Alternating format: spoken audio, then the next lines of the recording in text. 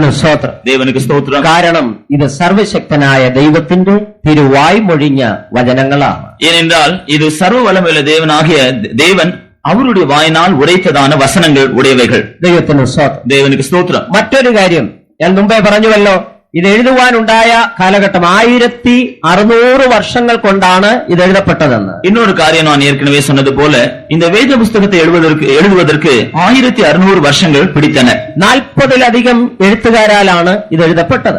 40க்கும் மேற்பட்ட எழுத்தாளர்கள் இதை எழுதியிருக்கிறார்கள். വിവിധ നിലവാരത്തിൽ വിവിധ അവസ്ഥയിൽ ജീവിച്ചിരുന്നവരാൽ എഴുതപ്പെട്ടു. பலவிதமான சூழ்நிலைகளில் பலவிதமான காலங்களில் ஜீவித்ததான அநேக ஆட்கள் மூலமாக இது எழுதப்பட்டது. മോശ താൻ മരുഭൂമിയിലായിരിക്കുമ്പോൾ ഈ വേദപുസ്തകത്തിന്റെ ചില ഭാഗങ്ങൾ എഴുതുവാനിടയായി. மோசே தான் வனாந்திரத்தில் இருந்த பொழுது இந்த வேதத்தில் காணப்படக்கூடிய சில பகுதிகளை அவன் எழுதினான். ദാവീദ് തന്റെ യുദ്ധവേളകളിൽ ചില ഭാഗങ്ങൾ രചിക്കുകയുണ്ടായി. தாவீது தான் யுத்த காலத்தில் இருந்த பொழுது அவன் சில பகுதிகளை எழுதியிருக்கிறான்.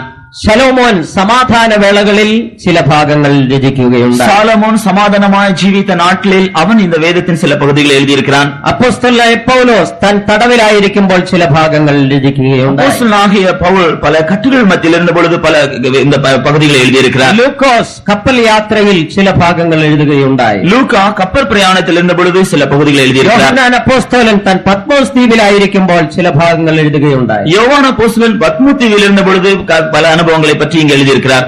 എഴുതിയവരുടെ ഹൃദയ നിലവാരവും അവർ ജീവിച്ചിരുന്ന പശ്ചാത്തലവും വ്യത്യസ്തമാണ്.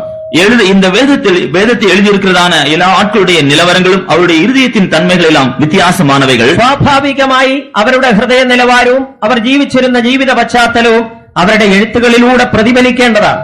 அவர்கள் இருந்ததான சூழ்நிலைகள், அவர்கள் கடந்து போனதான காலங்கள், இவைகள் எல்லாம் அவர்கள் எழுதினதான பகுதிகளிலிருந்து അവர்கள் പ്രതിഫലിക്കக்கூடிയവകൾ. എന്നാൽ ഒരിക്കൽ പോലും അവരുടെ സ്വന്തമായതൊന്നും ഈ ഗ്രന്ഥങ്ങളിൽ പ്രതിഫലിച്ചിട്ടില്ല. ஆனால் அவருடைய சொந்தமான காரியங்கள் ஒன்றும் இந்த புஸ்தகத்திலே வெளிப்படவில்லை. അവരുടെ മാനസിക നിലവാരമോ അവരുടെ ജീവിത പശ്ചാത്തലമോ ഒരിക്കൽ പോലും ഈ പുസ്തകത്തിൽ പ്രതിഫലിച്ചിട്ടില്ല. அவருடைய மனுஷீகமான நிலைவரங்களும் அவர்கள் ஜீவித்ததான மற்ற நடவடிக்கைகளும் இந்த வேதத்தில் எழுதப்படவில்லை. കാരണം അതിന്റെ പിന്നിൽ പ്രവർത്തിച്ചത്, അവരെ ഈ ഗ്രന്ഥങ്ങൾ എഴുതുവാൻ പ്രേരിപ്പിച്ചത് ദൈവത്തിന്റെ പരിശുദ്ധാത്മാവാണ്. காரணம் என்னவென்றால் அவர்களெல்லாம் இந்த வேதத்தின் பல பகுதிகளை எழுதும்படியாக அவர்களுக்கு பின்னாக இருந்து அவர்களை ஏவினது தேவனுடைய பரிசுத்த ஆவியானவர். പിൽക്കാലത്തെ ഇത് തമ്മിൽ കൂട്ടിയോജിപ്പിച്ചപ്പോൾ അത്ഭുതകരമായ ഒരു ബന്ധം ഇതിൽ കാണുവാൻ பின்னர் நாட்களில் இவைகள் எல்லாவற்றையும் ஒன்றாக சேர்த்து இணைத்த பொழுது இதிலே ஒரு ஆச்சரியமான ஒரு ஐக்கியத்தை காணலாம். ദൈവത്തിന് സ്തോത്രം. தேவனுக்கு ஸ்தோத்திரம். ദൈവത്തിന്റെ വചനം എത്ര ശ്രേഷ്ഠമാണ്. தேவனுடைய வசனம் எவ்வளவு விசேஷமானது.